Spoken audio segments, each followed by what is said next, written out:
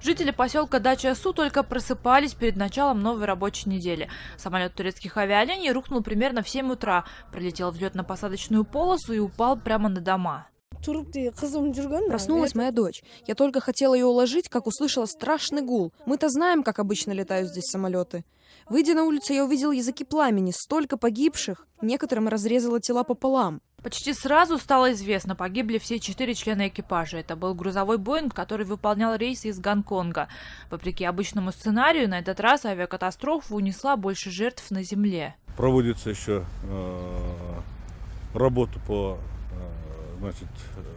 раскопке останки, где вот упал самолет, место. Видимо, еще будет. Наверное. Дети там, говорят, есть, да? Дети есть и пожилые люди, вот семья, которые проживали здесь. На этом участке, где упал самолет, всего имелось 43 дачных участков. В домах, где пожар уже потушен, наши команды совместно с врачами ищут пострадавших. Пока речь идет по меньшей мере о 37 погибших. Самолет, пытаясь сесть, повредил десятки домов, цеплял деревья, столбы, линии электропередачи. Обломки самолета можно найти в нескольких десятках метрах от места его падения. Вот эти части судна, видимо, были потеряны при первом ударе. Некоторые части шасси упали прямо на земельные участки. Вот, например, еще одно колесо. Остальные детали самолета можно найти, прогулявшись вот тут неподалеку. Не задев вообще посуду, здесь все осталось так, как и было. Шасси влетело через окно и уперлось вот в эту стену, за которой и осталась семья, которая чудом выжила.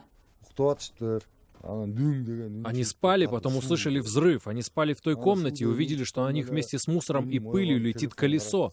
Он схватил сына и жену и лег на пол. Потом последовал сильный удар. Основной удар пришелся на те дома, куда рухнул корпус самолета. Все строения просто сравнялись с землей. Останки пострадавших военнослужащие искали до самого вечера.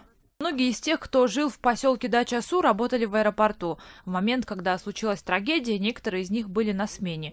У бывшей работницы бортпитания Натальи сегодня здесь погибли подруги. Там вся семья погибли, вот в том доме, вон там.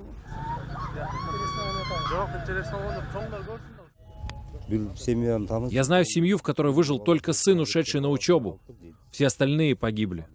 Причина падения лайнера власти пока выясняют. Найден один из черных ящиков. В Кыргызстан уже вылетели эксперты Международной авиационной комиссии.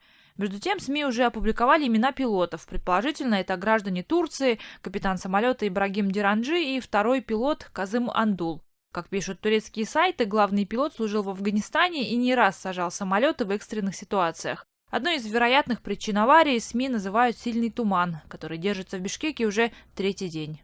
Дюбек Бегалиева, Азат Антумаков. Настоящее время. Бишкек, Кыргызстан.